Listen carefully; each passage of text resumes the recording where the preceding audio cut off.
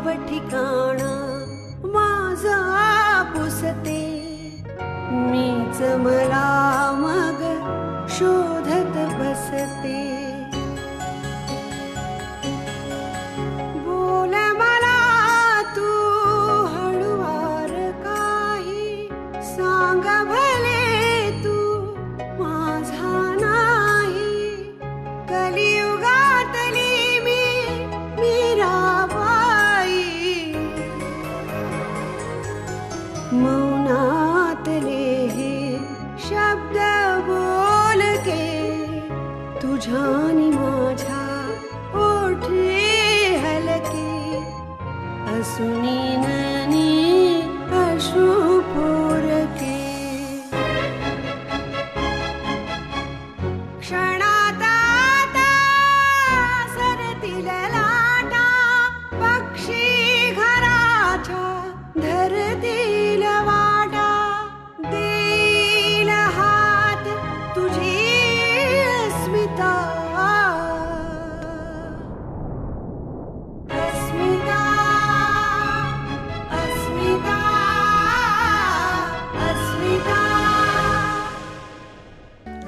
या आज माईची आठवण झाली. तसं नाही ग, माझ्या मागचे प्रॉब्लेम्सच संपत नाही आहेत ना माई. खरं तर इतके दिवस सुहास नसण्याचीच मला सवय झाली होती आणि आता तो आलाय तर वेगळीच पंचायत झाली.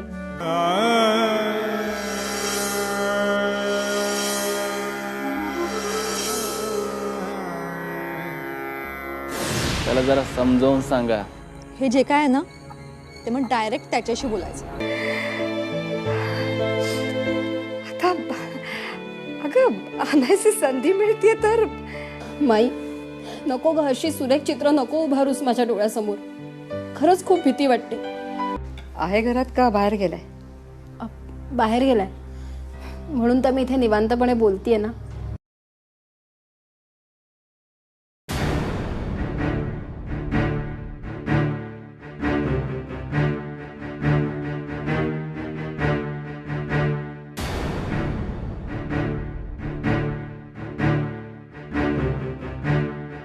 काय साहेब, कशाला आठवण काढली गरीबाची? गरीब? तू गरीब आहेस होय रे? माज आलाय तुला माज. हो साहेब, काय झालंय? काय काय झालं? मला विचारतोय काय झालं? आदित्य जहागीरदार वरती हल्ला झालाय.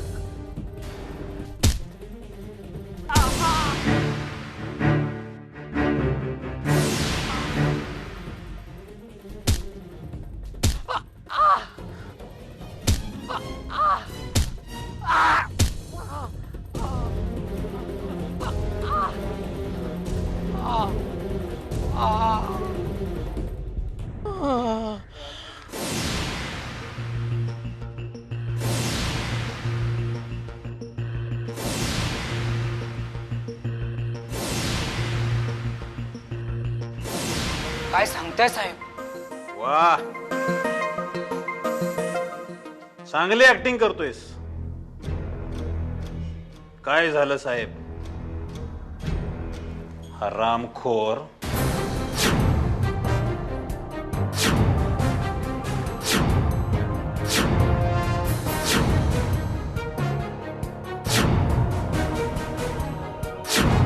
मला शहाणपणा शिकवतोयस? खरं सांग, आदित्यवर हल्ला कोणी केला ते? अहो साहेब, आपला काय संबंध त्याच्याशी? काय संबंध? जहागीरदार घराण्याचा एकमेव शत्रू म्हणजे संग्राम थोरात, आणि तू संग्राम थोरातसाठी काम करतोस. माझी खात्री आहे आदित्य जहागीरदार वरती हल्ला करणारा दुसरा तिसरा कोणी नसून तूच असला पाहिजेस.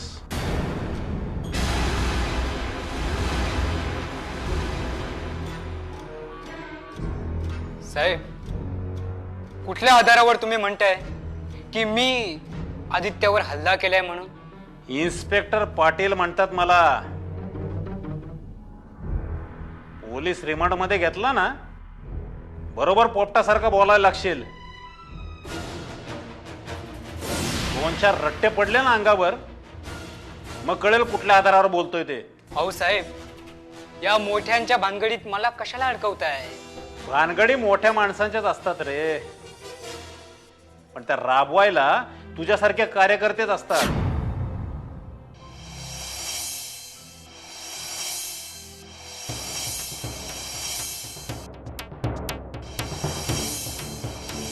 पण साहेब, मला एक कळत नाही, तुम्ही माझ्यावर कशाला संशय घेताय? तू काय लायकीचा आहेस आणि संग्राम थोरासाठी तू काय काय कामं करतोस याची मला पूर्ण कल्पना आहे.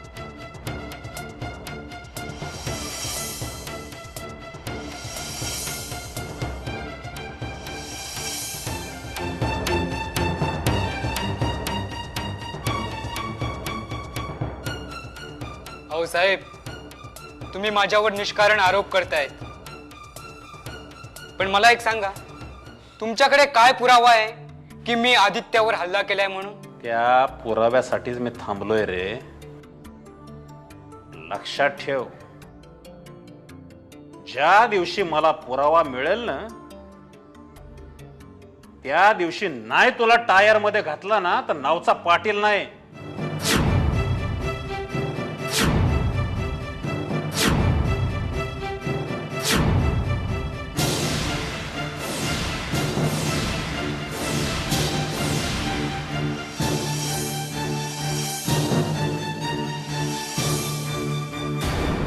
साहेब, ज्या दिवशी तुम्हाला पुरावा सापडेल ना, त्या दिवशी बोलवा. राम राम.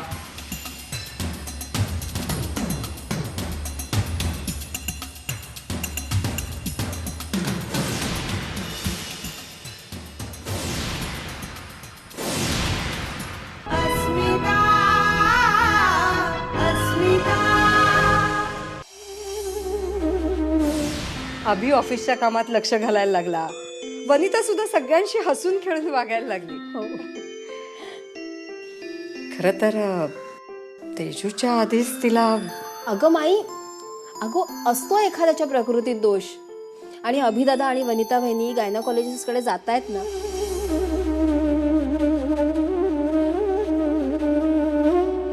आणि आता शास्त्र इतकं पुढे गेलंय ना माई. आरू, हे शास्त्र वगैरे काही खरं नाही. स्वतः त्रास सहन करत आपल्या बाळाला 9 महिने पोटात वाढवणं वेगळं. अगं माई, माई हळू.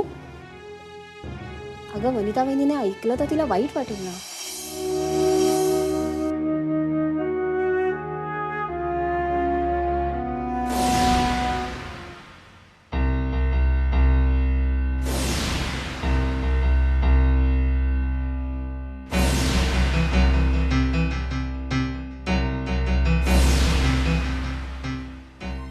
माई, तुझ्या त्या लाडक्या जावयाला तू हे घर सोडून जायला सांगणार आहेस की नाही?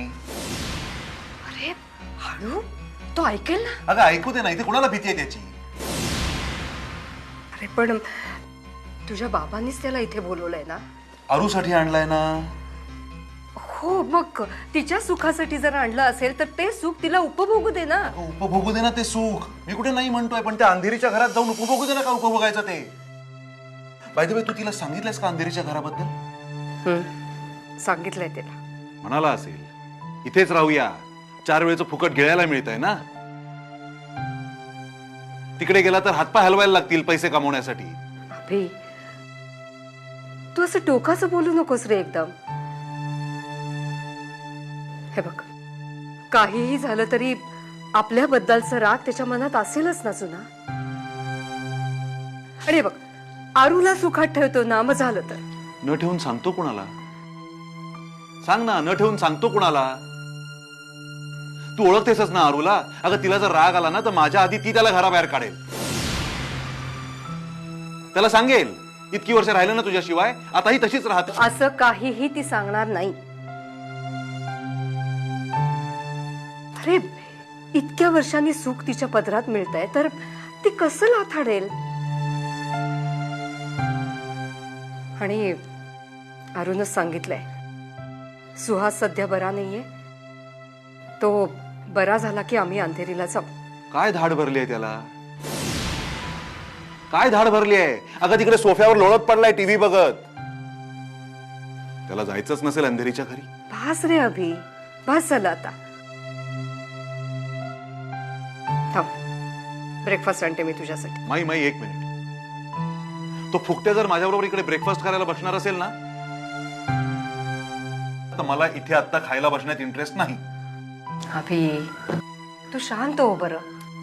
आणि बघ, त्याचा ब्रेकफास्ट झालेला आहे. मी तुझ्यासाठी घेऊन येते. तू शांत हो पहिल्यांदा, ठीक आहे?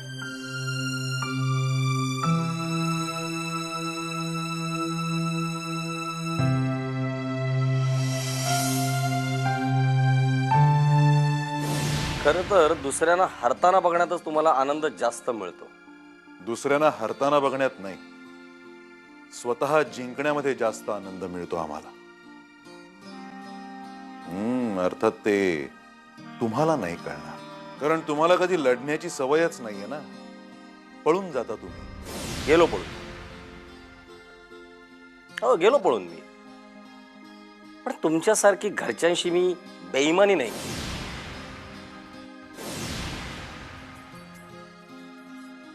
त्या संग्राम थोरातशी जाऊन तुम्ही मैत्री केली होती.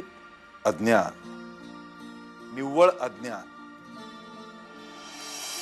कसं आहे, शत्रूच्या गोटामध्ये जाऊन राहून त्याचे सगळे डावपेच समजून घेऊन ते त्याच्यावरतीच कसे उलटवायचे, हे जेव्हा माणूस शिकतो ना, तेव्हा त्यात खरा आनंद असतो, खरी मजा असते. नाही कळणार तुम्हाला हे सुद्धा. अभिजितराव, तुम्ही आता दिवसाही स्वप्न पाहायला लागलात. नुसती स्वप्न पाहत नाही, स्वप्नपूर्तीसाठी 24 तास झटतो, कष्ट उपसतो.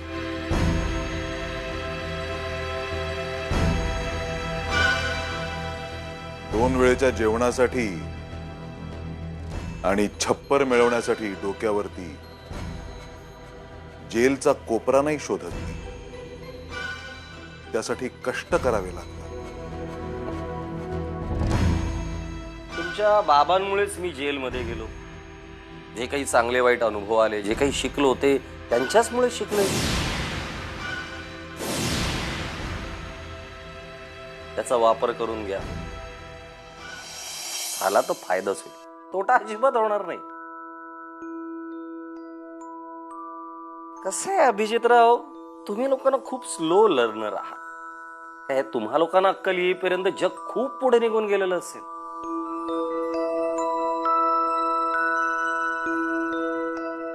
विचार करा आणि सांगा, मी कधी जॉईन करू तुम्हाला? मला घाई नाहीये.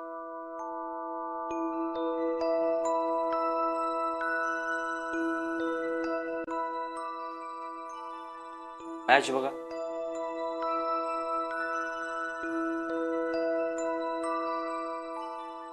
आयुष्याची हरलेली मॅच खेळण्यात किंवा बघण्यात काय पॉइंट आहे? काही श्रीमंताची मुलं त्या रिपीट टेलिकास्टवर पण बेटिंग करतात.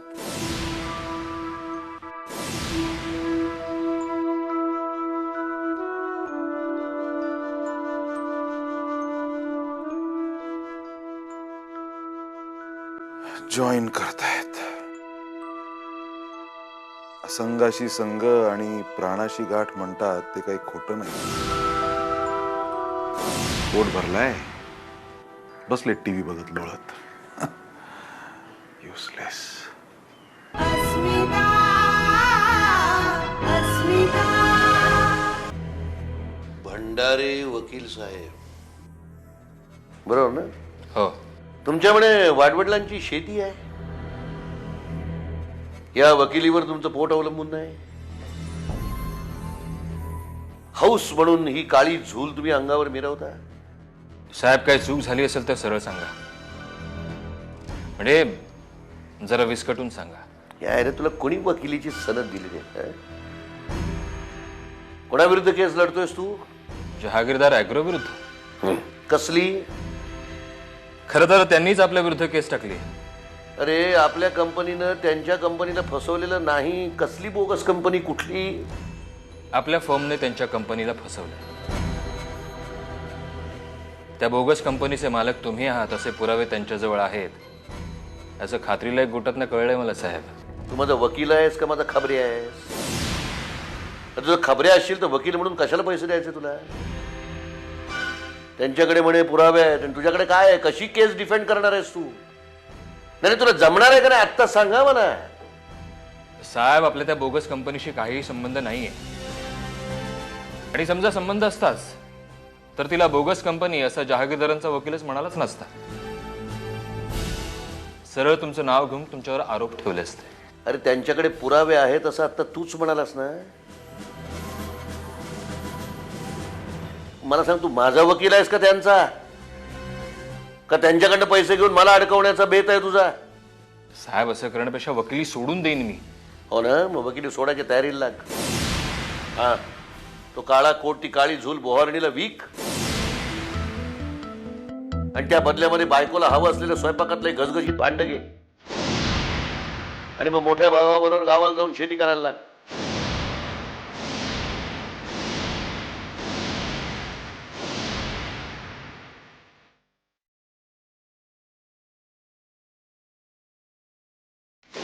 नक्की प्रॉब्लेम काय? ग्लोबल लेवलवर आपल्या कंपनीचं नाव एस्टॅब्लिश करण्याच्या दृष्टीने आदित्यने ॲग्रो वर्ल्ड या मल्टीनॅशनलशी बोलणी सुरू केली.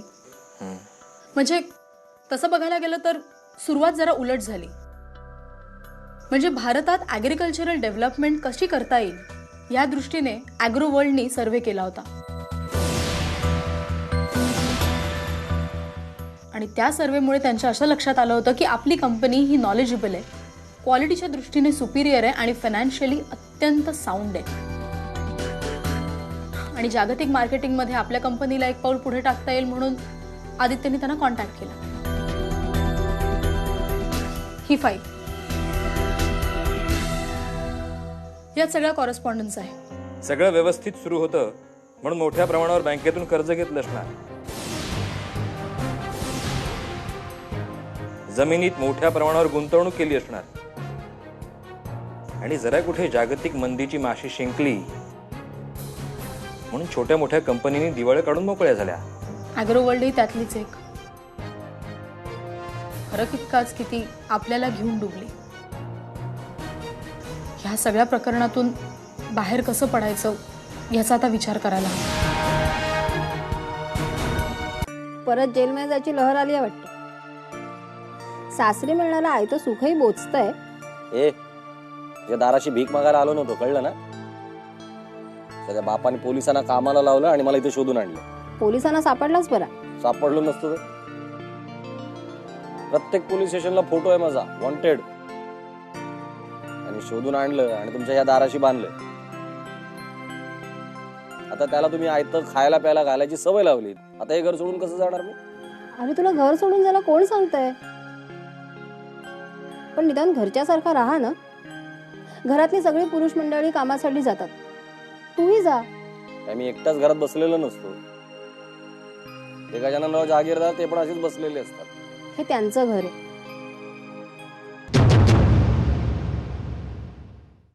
क्रिमिनल म्हणून फेमस झालो मी, मग आता सरकारी किंवा प्रायव्हेट कंपनीत दोन्हीकडे नोकरीचा विषय बंदच झालाय माझ्यासाठी.